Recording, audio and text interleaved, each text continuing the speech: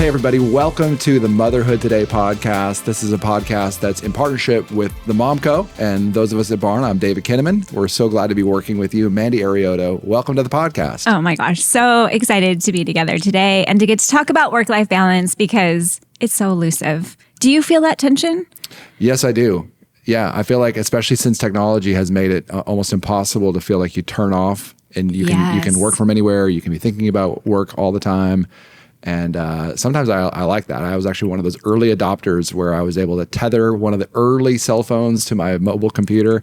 My wife loved it. No, she didn't. I was going to say, oh my goodness. I'd be able to work on vacation. Oh, that was how much more productive could I be?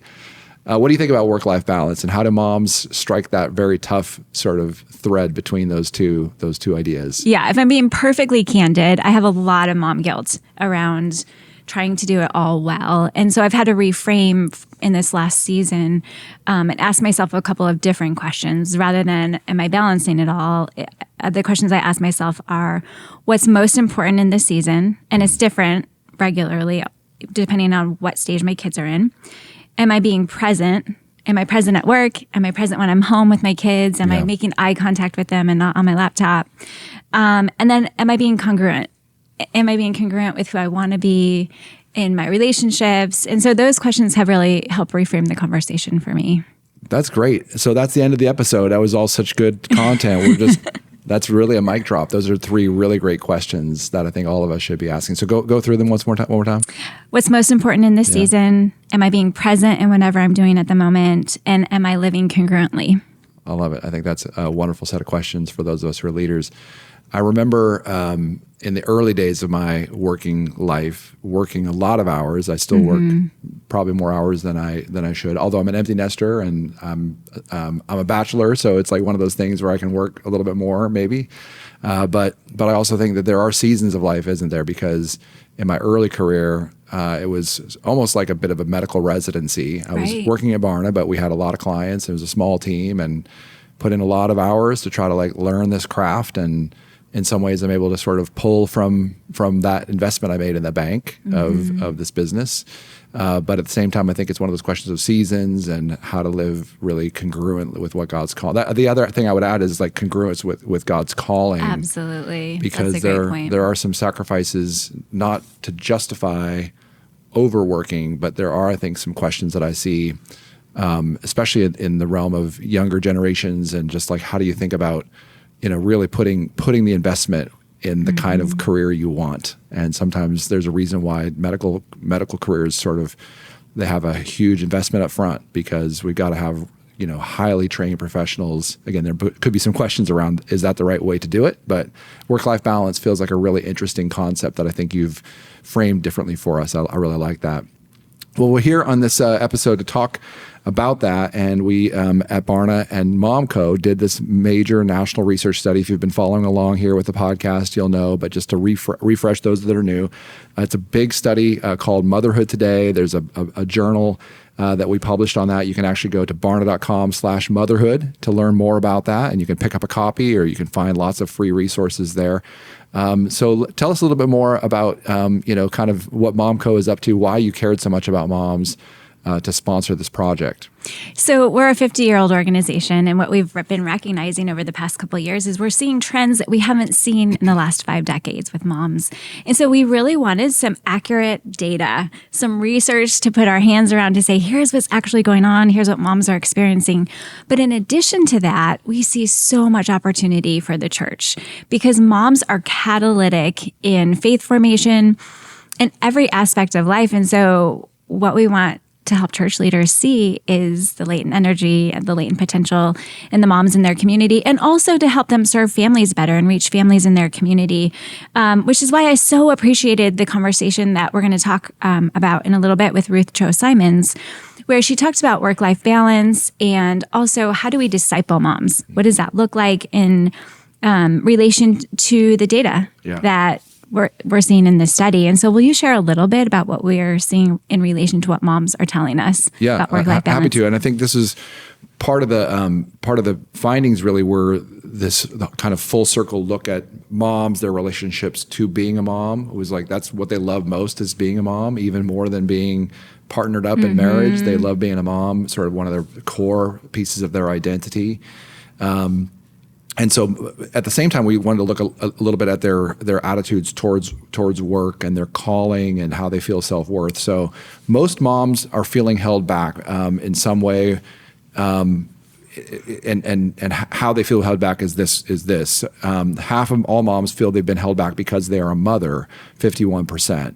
And then 62% say they have not felt held back because of being a woman. So their gender is less of a challenge than their identity as a motherhood. Yeah. So it's kind of an interesting, sort of paradox. I point to their identity that is they're most proud of, they find the deepest satisfaction in, and also attention that to be a great mom also means they have to make sacrifices in what they're called to do and how they're called to show up in the world. Mm-hmm, absolutely. One way that's shown up for me is in job interviews. I have gotten asked multiple times, who is going to watch my kids? That's crazy. Right? And I've gone home, I've asked my husband, Joe, have you ever gotten asked that question? Never once. It's just it doesn't bother me. It's just a really interesting, conversation to happen. I don't think they're legally allowed to ask that. I know. I don't think they are either. But that's, I think, one of the things that informs that stat is, we feel held back because we do have other dynamics in our life that we're managing. Interesting. Yeah, I've never been asked that.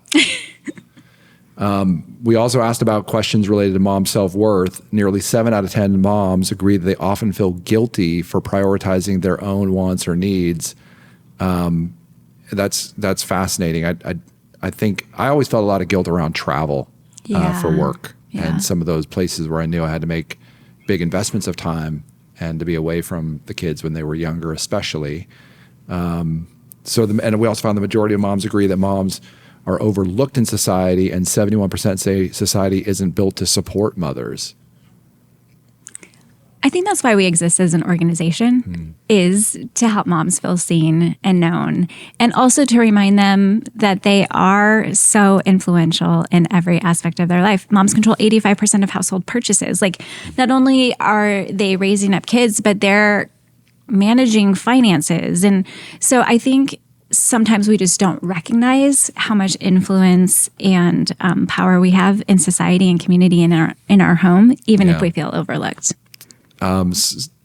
Some people will know that I've lost my wife a number of years ago, and there are a few things about my job she couldn't have done, but there are many, many aspects of her job that I found I was completely inadequate to do. And part of it was the number of different places that she helped to support across the kids and families and neighbors, and this sort of integrative person across so many aspects of our lives. And a couple interesting parts of that was, one is I remember this feeling of actually having to keep a mental inventory of how much toilet paper and how many things. It was part of the COVID time, but also realizing how much, running a household, running our budget, family budget, doing bookkeeping for the business, keeping track of the kids' schedules, being taxi service for the kids and other friends. Mm-hmm. We had some other friends that had lost spouses, and I years later found out how much she had poured into them and into their lives, cooking, camping, so many different aspects, right? And it's wow, I could have done maybe one of those things well, but she did them all effortlessly. So that was a really interesting thing. And then I also realized how much because I traveled some for work, I realized how much she kept certain relationships spinning. So some of our good friends were like, David, do you know how many times you've actually asked us to dinner? That's fascinating. It was none. Only after Jill died did you ask us to dinner. And it was I was happy to come to dinner. I didn't realize that I was meant to do the invite, but it was interesting how they perceived certain amount of intentional effort that had gone forward. So anyway, just recognizing that, each of us as individuals, there's things that were particular to my late wife, Jill, and how she showed up in the world. But as moms, there's a lot of ways you're expected and want to show up. And this idea of who are you prioritizing? Are you prioritizing your own life in a way if you're trying to advance your career? Those are tough questions that I think moms have to wrestle with. Absolutely. There's a really interesting conversation in mom circles right now around the mental load. And it's exactly those things that you talked about, that list of things that we do to manage a family and to keep relationships going and to make sure everybody gets to the doctor on time, all those things that happen. And it really is a gifting, I think, that so many women bring to their families that we don't even value ourselves. So, yeah. And since Jill's been gone, one of the things that I have a love-hate relationship with is making like family travel arrangements and plans and deadlines, managing some of those things, even as an empty nester dad. So, well, those are a few thoughts on the complexities of motherhood and human life today. But we would encourage you to check out this report. Go to barna.com/motherhood to learn more ways to engage with this research and to purchase a copy of the new Barna and MomCo research report called Motherhood Today. If you're a pastor, if you're a leader of any stripe, if you're a mom, if you're a dad, if you're just someone who wants to know about what's on the hearts of moms, this is a great way to start, to really peel back the layers and really get to behind some of the emotions that moms are feeling today. So I think this is a really important moment for you to describe more about your work and the MomCo and how you try to really advocate for women and for moms today. Yeah, we're an organization that's been around for 50 years. And like you said, our name is the MomCo, but we started out as MOPS International. And we now work in 87 countries around the world in 23 different languages. And really our whole goal is bringing moms together and recognizing that they have deep needs for community and for connection, and they want to be good moms. And so we provide all of the resources they need, but ultimately the goal is to connect them with Jesus. And the way that we do that is by working with churches. And so we help grow the church. We help churches reach moms in their community because what we recognize is that moms are some of the most powerful evangelists on the planet. And so we gather moms together. And what we know is that in the past 7 years, we've seen 49,000 women make a decision to follow Jesus. So moms are desperate for hope and truth. And when they come together under the guise of motherhood, which is this really humble common denominator that brings us all together, and we get to have really meaningful conversations that change the trajectory of our life and connect moms with a faith community that's going to serve them for the rest of their life and raising kids and all of that. So it's a privilege to get to do the work that I get to do. Well, it's an inspiring vision, and so many different consumer brands and parts of our marketplace really look at moms as a powerful catalyst for dollars spent, attention, opportunities of reaching, families and households. So how much more important would it be that church leaders pay attention to that too? Because moms and women and all of us as the family of God are so critical to what God's up to these days. Absolutely. We love when the church recognizes the potential of moms, and it trickles down to their kids and husbands and communities. And so it's just an incredible strategy for reaching our communities. And so if anyone's interested, they can go to growthechurch.co and get more info about what it would look like to have a MomCo group at their church. Okay, growthechurch.co. Okay. Yeah. We'll check it out. Yeah. Well, we're going to get into the interview now and tell us more about our guest. Well, I'm so excited to sit down with Ruth. Ruth Chou Simons is a Wall Street Journal bestselling and award-winning author of several books, including GraceLaced, Beholding and Becoming, and When Striving Cease. She's an artist, entrepreneur, speaker, and a mom to 6 boys. That's awesome. I know, right? You can find Ruth's recent devotional, 25 Ways God's Character Leads Us Onward, which released this last year. You can pick it up wherever you get your books. And so without further ado, here's my conversation with Ruth Chou Simons. All right. Well, today I am so thrilled to get to talk with Ruth Chou Simons. And we're going to be talking about motherhood and work-life balance and the latent potential that moms have to grow the church. So Ruth, so excited to get to talk with you today. Yeah, it's so good to be here with you. So we had some interesting data come up, and David and I had a conversation earlier about it where we saw in the Barna data that moms say they personally haven't felt held back because they're a woman. Instead, just over half of all moms surveyed said they feel held back because they are a mother, which I found so fascinating. And so I'm curious, have you ever felt that way? And what are some of the unique challenges and pressures that you're seeing that moms are facing right now in culture? Yeah. I think that's really interesting and fascinating data, right? But I think a lot of times as women, we long to do it all. I mean, it all meaning we want to be moms and we want to be perfect and wonderful in the workplace. And we want to, tackle all our dreams and do all of it in the same season. And so I think when we say we feel held back because we're mothers, it's that we have a picture in our minds of what it all should look like, including motherhood. Don't you think? 100%. You just nailed it right there. Yeah, 100%. Do you have any thoughts or things that have worked for you or advice for moms who feel that way? And maybe how have you reframed your thinking about motherhood and the constraints that do or maybe don't come with it? Yeah, well, I'm a mama to 6 boys, as you know, and my oldest is 21. He's headed to grad school, and my youngest is 10.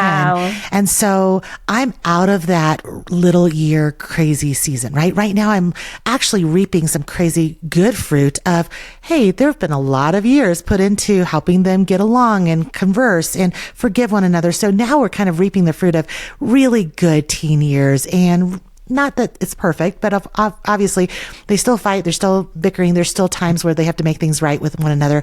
But I do remember a different season. It's not the one I'm in currently, but there was a different season when I just felt like every ship was passing me by. Every opportunity was like, oh my goodness, I'm good at that. How come that mom gets to go and experience and do all those things when I feel like for whatever reason, my limitations, and we all have different reasons, but in my particular season, the limitations were that my husband was a pastor, and I had so many ways in which I needed and wanted to serve our community that didn't come with a paycheck, that really required a lot of time during dinner or after the kids went to bed. And I also had little children who needed so much attention, everything from teaching them how to, make their beds, or to actually put the dishes away, or to not leave a trail of Legos everywhere they go, right? There's always all that going on.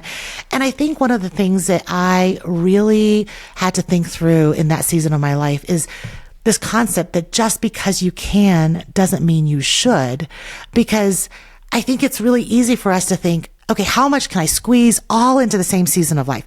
This is not me saying, hey, moms, don't aim high. Don't go and take that class. Or that's not me shaming anyone trying to do a lot of things. This is not my point. My point is just that sometimes we imagine that we don't have limitations. And so then we kind of put it upon ourselves to feel this need to accomplish everything at a certain level and do it super well. So meaning, if I'm going to volunteer and do something that I really care about, or if I'm going to put in a few hours of work and work part-time, somehow in my mind, I still imagine that my house is going to be perfectly clean, my kids are going to be perfectly obedient, or I'm going to make home-cooked meals every single night.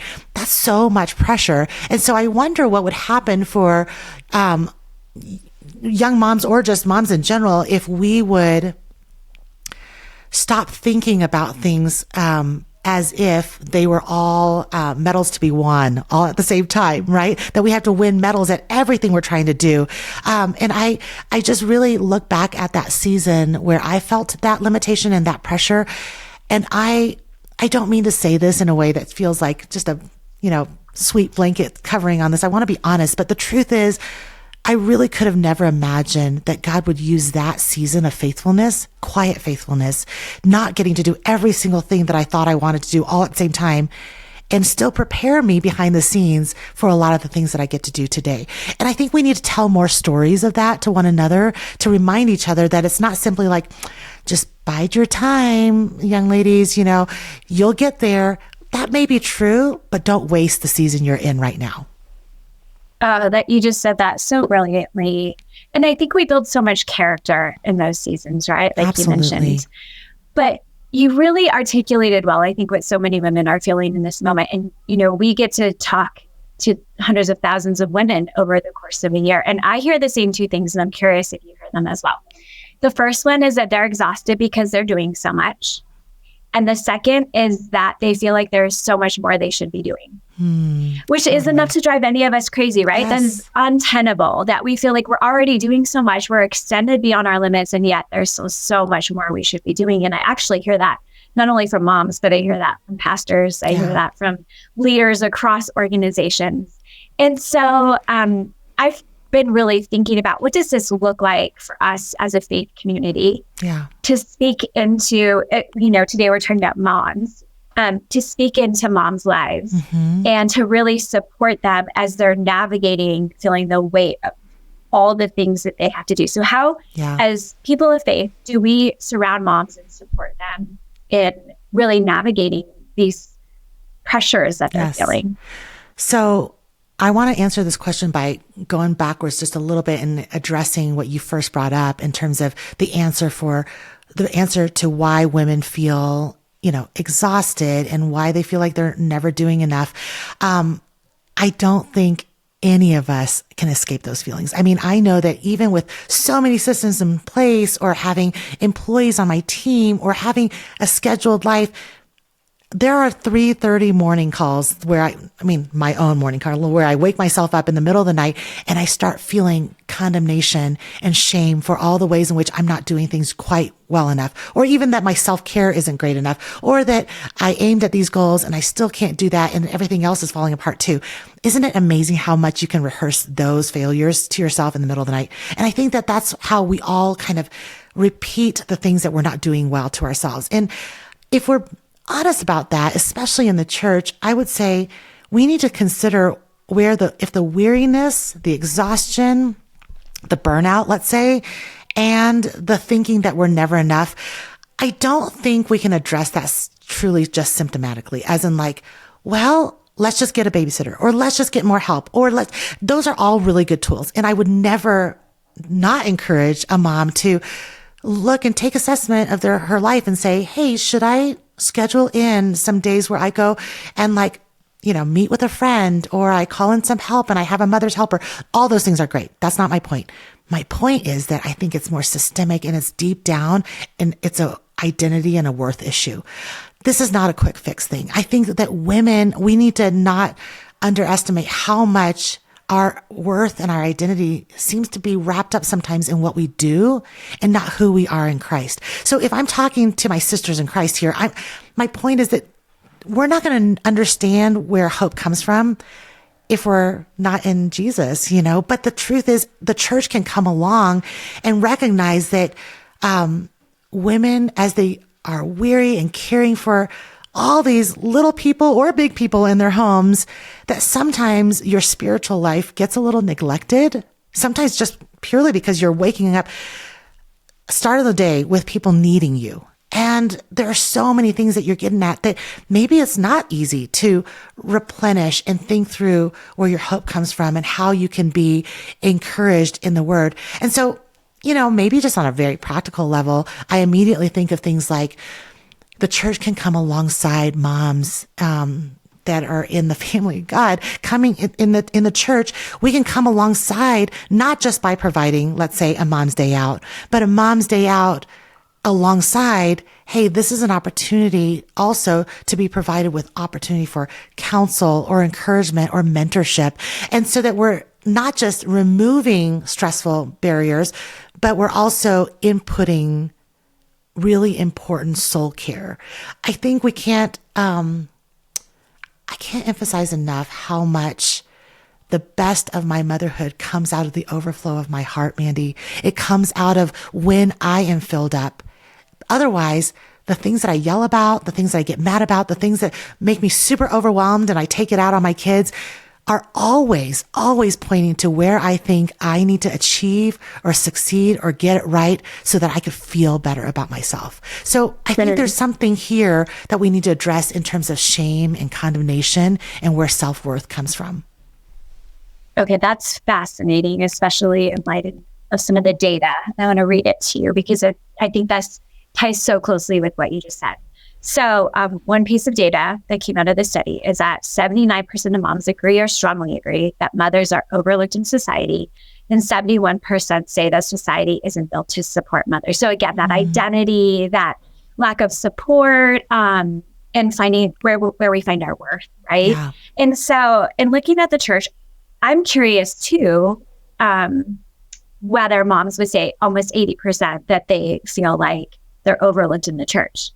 Because what I've witnessed in pastoring churches and then in leading in the marketplace is that there is like this incredible latent potential that's sitting in our pews. And I think what we forget is the data suggests that like 82% of families say they started going to church because mom decided it was important. Yeah. And so moms have like this incredible energy and like latent potential that if you present them with a problem, you gather a bunch of moms and they're going to figure it out, right? Yeah. And so what do you think it looks like? How does the church mobilize moms? And how do we as leaders in the church start to recognize like, okay, there's some potential here that maybe we haven't fully given due diligence to. There's a lot there. Yeah, there's a lot there.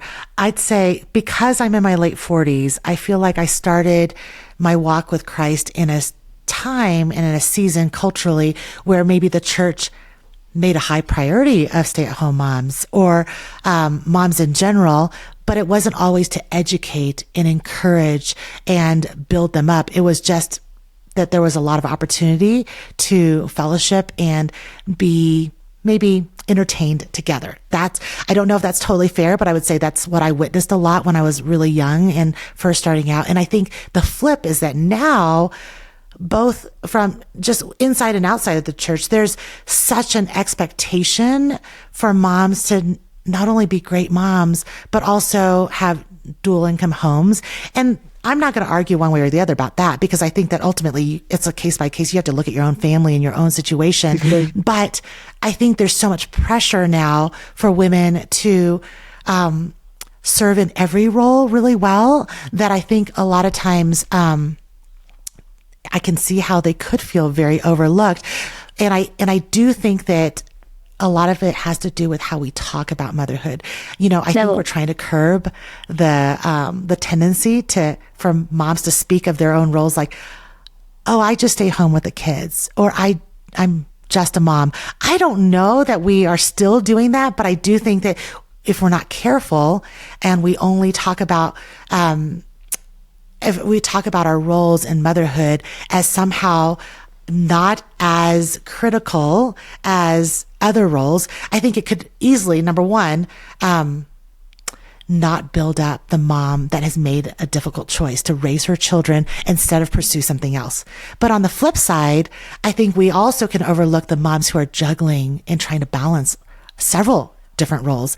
And I think we need to recognize that, let's say a fellowship or a Bible study might need to not happen during the day if she has a full-time job, or that sometimes there are different issues that come up for moms who are also trying to hold a part-time or a full-time job. And so there's just ways in which we could be more charitable or more empathetic and put ourselves in somebody else's shoes, even if those are not our exact shoes that we're walking through.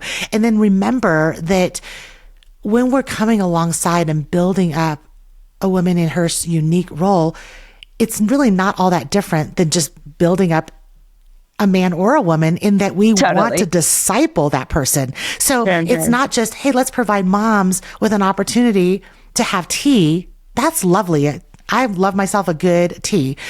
But we also need to provide women an opportunity to dig in the word and be educated and have Bible literacy and to actually know what it is to teach their children, teach their community, be a part of being built up within, regardless of what role they play inside in their homes or outside their homes. And so I just think that we've potentially missed opportunities because there's either, I don't know, I think either we are afraid of some of the culture shifts, or we don't know how to come alongside and build into what is biblically really robust to disciple all members of your community.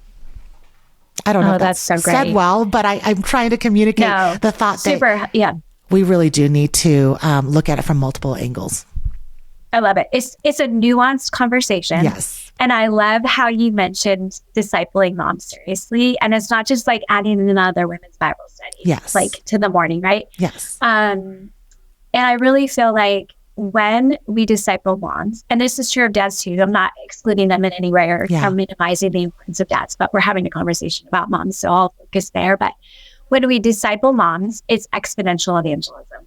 Absolutely. Because it trickles down to her kids, it trickles down to her husband, it trickles down to her community and the other moms that she meets at school. And so I just get so excited about the potential of Mandy, that's discipling so moms in the well Word. said. So well said, because of all people to be discipled, moms must be discipled, mentored, need to get in the Word. I'm not saying that all women need to go to seminary, but my goodness, you don't just need to study God's Word just because you're going to go and lead a whole class on it. It's going to overflow into the way you even lead your home or talk to your kids or speak to your neighbor. And I just think that we underestimate how much, you're absolutely right that the ripple effect is so great when we focus on moms and we disciple moms and we remind moms that their roles are super, super important, not just to keep the home or just to like make sure things are settled and comfortable at home or that there's dinner on the table. All that is lovely if you're wired that way and you absolutely are the cook of the home, but more so that there are souls that are meant to lead and impact those around them. And we need to focus on that in the church more. So beautifully said. I am curious to talk with you about this elusive concept. And in previous conversations we've had, I've learned so much from you about this. I've been so inspired by how intentionally you structure your day and live your life and parent your kids and steward your marriage. But I want to talk about work-life balance because it's such an elusive concept. And it's so funny that we talk about it because it's like not even a thing, right? Like nothing in the world is static. Everything is constantly changing and being shaped. And so the concept of achieving a perfect work-life balance is never going to happen. So how do you think of this and how do you steward your time and energy in order to really feel good about all the things that God has entrusted to you? Yeah. That's such a good and complicated question, right? When we think of this word balance, it's not in balance unless both things are equal. And I think the tricky thing is in work-life balance, I don't know that it's ever perfectly in balance, right? And so that's why we say, oh, it's this elusive idea because none of us are every single day balancing it perfectly where we're giving full attention in all directions and then doing it and stewarding it right. And so I think first of all, it's that moms, and this is why they need to be discipled too, right? That we need to understand this concept of grace. How God's given us grace and how we can give ourselves grace, not just a free pass kind of grace, but the kind of grace that says my worth and my assurance comes from a God who loves me. I don't need to walk around feeling shamed and scared that somehow I've missed my whole life or I've screwed it all up. And every single day is a new opportunity to pivot and make a change. Meaning, if I didn't do a good job at balancing all that God's given me to do yesterday, I can make some adjustments today. I don't have to nail it the first time. That's grace, right? The grace is that, hey, the stuff that matters is secured by Jesus. And therefore, I have the freedom to say, Lord, help me steward this well. Help me be insightful about how to make some changes. So for me, what that looks like is that there's a lot of assessing every single day. There's a lot of assessing what is causing me to sin. I know that sounds like we're going super deep really fast, but I'll just say, if I think I've mentioned this before, maybe in one of my books, but I know that Elise Fitzpatrick used to say this about idolatry. I read it one time where she said, if it causes you to sin to not get what you want, or getting what you want tempts you to sin, you know you've made an idol of something. And so when I think about what causes me, what like tempts me to sin, like if not getting to put enough work time or to get the quiet that I need to get things done, if I can't handle that with a way of talking to my family and communicating it and structuring our work, but I'm like demanding something, then I might have to stop and say, ooh, that's a sinful response that shows me that it's not balanced right now. I have made a God out of my work and of my achievement. Or on the flip side, if it causes me to sin when my kids disobey and or they're struggling with their own attitudes, and I'm like, what is stinking wrong with you? Like, we've done this before. How are you not getting it? If that's my attitude, which I'm just saying hypothetically, right, Mandy? I mean, of course, I would never say that. Surely, right. Surely never. How would I ever get like that? But when I act like it's a project that they should have already fixed by now, I said it twice, so you guys should be perfect. Then I realize suddenly I've made a little g, an idol out of their obedience, because in my mind, I'm like, if we could just get this done, I can go do something more important. And so I think this is how we start testing where that balance is, because God doesn't make mistakes. He's called you to multiple things. I can't tell you what those things are. I can't tell you that it necessarily is starting that 501c3 or working full time or being a full-time mom. That's different for everybody. But God calls us to multiple things because he's made you uniquely with unique giftings, and you are a unique image bearer. And so for each of us, we have to steward our days by saying, okay, with all the things God's given me to do, what things am I putting upon myself because I made a God out of these things that I want? Maybe it might even be money, Mandy. Maybe it's that we want a certain lifestyle. Yeah. So we're unwilling to hold our limitations because we're not wanting to have less disposable income. For example, not trying to call anyone else out. I'm probably even just referring to myself. That's good. But I just mean, like, we need to be honest about this. Sometimes when we're moaning and complaining about having no work-life balance, it might be that we have to go assess where we're actually making idols of the things that we want, whether it's money or approval or promotion, or our kids being exactly a certain way, or getting into Stanford. Okay, those are things that I can't tell you, but you can do a self-assessment. So if you're too busy to assess yourself and be honest with God about where your attitude stinks and where you're kind of like pressing into, tempted to sin all the time in response, if you're too busy to do that, then you're probably too busy. So that's the first thing that I would say, is that we need to come honestly before the Lord. And the book of James tells us that the word of God holds our image up and reflects back to us what we're really like. And so it's not about reading your Bible just to check it off, but if you're not going to the word to say, hey, Lord, help me see what I'm really like, help me see what's going on in my own heart, then it's going to be really hard to assess what's going on in yourself. So good. That is brilliant. Do you have any practices that help you with that? So one question I ask my kids semi-regularly is there anything I can do to be a better mom to you?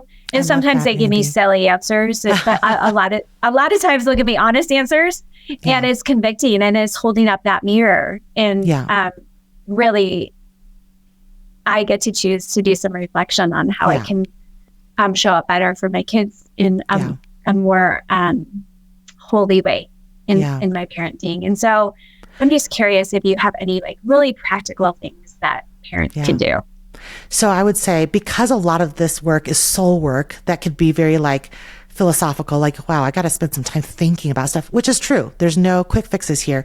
But a very practical thing I think we can do as moms is that we need to consider our days in, buckets of like attention span, right? Yeah. But if we're moving from the bucket of like, hey, I'm, caring for the home, or I'm at work, and then we move immediately to the Netflix bucket or the social media bucket where we're like, hey, now I'm done, I get to check out, then you probably haven't created space practically to even connect with your kids, connect with the Lord, or think through how this day should be assessed. So on a practical level, I would just say, whether you call it family devotions, a family meeting, choose a time. It doesn't have to be perfect, and not everybody's like, please don't think of the Simons household as having our hymnals out, singing Amazing Grace and holding hands. It is not perfect. When they were little, kids would be like rolling around on the ground, throwing napkins.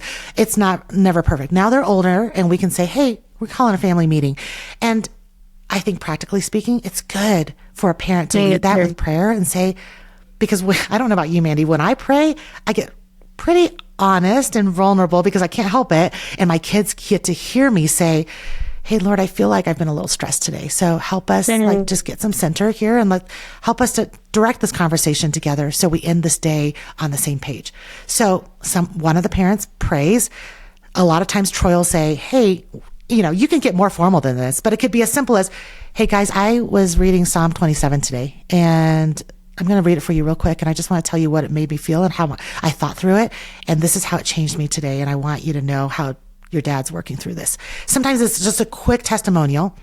And then we usually it's not formal. Please don't think of it formally. Sometimes we're eating dinner while this is happening, but you just kind of talk about it and say, hey, I'm sorry that I kind of was short with you earlier today in passing. I was in the middle of an email and you kind of were fussing at me about getting you an answer about this. Try not to talk to mama in the middle of something like that, but I'll do better at telling you when I'm busy at something. So then you just clear the air about all these things. And then it kind of opens up. You're modeling it for your kids, right? So then your kids can kind of be like, yeah, and it's awkward for kids, but they learn to be like, hey, big brother, whoever they need to talk to, and be like, yeah, I was kind of a jerk earlier. So I think this is what was going on. I've cooled off a little bit, but also I kind of hate it when you do that. And then we're talking about it, right? Rather than numbing out and saying, yeah, let's eat dinner in front of the TV tonight. And then you just go straight to bed and you kind of just sweep it under the rug again. So it's not perfect. And it's not like we hit it every single day, but I don't think we go very many days, maybe 2 or 3 days tops, before we kind of call a family meeting and just say, okay, mama needs to reset. You probably saw mom and dad fight earlier today. Let's all call things out and reset and look to God and ask him for help. I think it's such a helpful rhythm and a practice. You don't have to be a scholar. You don't have to be a seminarian. You don't have to be brilliant to lead a conversation in which you simply say, hey kids, I am a Christian who needs God's help. So I'm going to go first and tell you how mom was struggling today, and you have opportunity to share as well. It's a good place to start. What a great way to model. Yeah, you and Troy are so intentional with that. And what I love about it is it's those small moments, right? It doesn't have to be the big things. It's like those small moments that are woven throughout our day that make the biggest difference. It could even happen on your way to soccer practice or when you're in the car together, right? Don't wait for the perfect moment. And if you have a big family like mine, maybe you don't even wait for everybody to be all at home all at the same time. You just choose to say, okay, this is a moment where I can either choose anxiety and I could yell at everybody about how we're not getting far enough with our chores, or I can say, okay, regroup. Let's talk about why I'm stressed. Mama's stressed because honestly, sometimes I think I'm going to be happier if the house is clean, and I'm sorry that I act that way. Because honestly, Jesus is my joy. The house being clean is just cherry on the top. And I just want to have an organized home. How can we work together to make that happen? Because I think we do better if the house is cleaned up. You want to do it together? That's a better conversation than just going through the house yelling on a rampage that we haven't cleaned up the house. You know what I mean? I'm not perfect at it. I'm a work in progress. But I've noticed that if you just sacrifice that little bit of Netflix time, or you don't always choose to get on the phone with your friend or text whoever or do social media, if you just put in that 20 minutes even to have a conversation, it'll pay dividends later. Okay, that is so great. And I want to talk about something that's very much in line with that, like the small pressures that families are facing on a daily basis. There was a study that was out recently, and it was talking about how so many families, especially young families, feel like the church isn't relevant. And millennials are leaving the church at a record rate. And one of the top causes was they don't feel like the church meets their practical needs. And so I'm curious, as you look at this next season of evangelism in the church and how the church reaches young families, and in particular moms, and the practical needs that they have every day. What we know is, statistically speaking, most senior pastors are men. And so I think a lot of my friends who are senior pastors are like, what do I do? How do I engage with these moms? So any thoughts about evangelism to young families, and in particular moms, for this next season? So I have an answer that is in two directions. One, I would say, regardless of what kind of church you're affiliated with, and I know it's nuanced and we're all going to be a little different about leadership, but no matter what, we need moms and dads in the church. We need mothers who are mothering young ones in the church. And that means young ones, meaning like even young adults. Like, we need people discipled by that. They need to see women caring about God's word just as much as they need to see men caring about God's word, regardless of where you fall in terms of ordination, eldership, all those things. So if your pastor is a senior pastor, if your senior pastor is a man, encourage him to have some women in his life besides just his wife to like come and encourage and say, what is she seeing when she's talking to young moms? He's not having those conversations. He needs to be talking to women leaders within the church to find out what are the conversations that are happening among younger women, among mentoring groups. That's one thing. I would just say, no matter where you are on that conversation, we always need to listen to the point of view that's not ours. So I do think that that's really important. Secondly, I think it's really interesting that as a social media person that's, has a platform on social media, that I get a lot of DMs from people. Anytime I post about my kids, I get a lot of DMs from people asking, did your kids ever fight when they were younger? How did you break up fights? How did you potty train? How did you and essentially what they're asking is, how did you make sure that your kids turned out great? And here's the thing. The reason why I want to say this is, number one, social media will never show you all the things that are behind the scenes or what it took to get to the place where the kids get along really well, right? That's why I should not be any local church's mom's primary discipler. So why is a mom coming to a social media influencer, author, public profile person to ask a very practical question about how to train their kids? Why are they coming to me? Why am I the trusted person when they don't even know me personally and they can't come over to see my kids? You're not coming to my house for coffee in the afternoon, watching my kids have a conversation in real time. So that tells me that the local church needs to not just pretend that moms have it together or that all the moms only talk about, where they're, where they can find pretty bedding and have these shallow conversations, that we actually need to provide helpful tools like parenting classes or marriage accountability groups. And to not just think of tools as like, we're going to help you fix the problem, but that we're going to actually provide places where we're going to get to the heart of the gospel and how the gospel impacts those areas. So where better than the church for us to provide conversations about the difficulties in parenting, why marriage is so hard, what to do when you are a dual income family and you don't really know how to juggle the different chores and the different responsibilities. Why are we afraid of having those conversations? And if we're afraid of having those conversations because we're afraid that people are too diverse in their thinking, then at least start with a very true common ground of the gospel changes everything. And we can always start there and say, what we know for sure that is true, is that Jesus and our life in Christ will impact everything else. And to help moms come along with parents within the church that are willing to disciple and help young moms know how to break up fights, right? I don't mind people emailing me or DMing me about that, but it just shows me that moms are suffering quietly behind the scenes. They're isolated.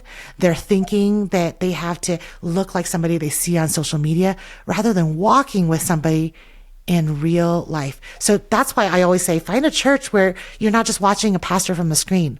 You should be invited over to dinner at the leadership, whoever your leadership is, elders, pastors, whoever, they should be inviting you over for dinner at some time where you get to see their family in action. You get to witness their life. That's biblical. If you're just watching a celebrity on stage, you'll never know what it costs them to disciple their kids. And so that's just a really practical thing that I would say, let's not only train up missionaries, only train up people to do street evangelism, not just train up, people who are discipling somebody to go out on the mission field, but to really train up families who are doing the hard work in the most mundane places in their everyday lives. Oh my goodness. Ruth, you are a gift. You're a gift to all of us who are mothering kids, and you are a gift to the church and all of us who are leading in this space. So thank you so much. You're so kind. Thank you, Mandy. I'm just a work in progress, telling it like it is as I go. So thanks for this conversation. I so appreciate you. I don't know about you, David, but I love how grounded Ruth is. She just has this rooted perspective that she's lived through some things and she's come out on the other side with so much hard-earned wisdom. So what a great conversation. Yeah. I feel like you should be the hype person for all of these interviews that we're doing And you can be my hype person too if you want. Hey, I'm on board. You're so encouraging, and it's been great. You did a great job in the interview. Hey, if you're interested in checking out the research, go to barna.com/motherhood. And if you're interested in the MomCo and learn more about how you can grow your church, you can go to, remind us that. growthechurch.co. growthechurch.co. And you can check out the research. That's really what we're here to do, is to help you get to know the voice of the moms that we interviewed. Mm-hmm. And we're here saying words, talking about them, hosting these conversations. But the most important people are the moms we interviewed and the moms in your community who need the support and assistance of the church at its very best. So we're glad to be hosting this conversation for them and for you to benefit. Absolutely. And if you want to pick up Ruth's most recent devotional, 25 Ways God's Character Leads Us Onward, pick it up wherever books are sold. And we would love for you to subscribe, like, or share this podcast with a friend or fellow ministry leader. All right. Sounds good. Well, we'll see you next time on the Motherhood Today podcast.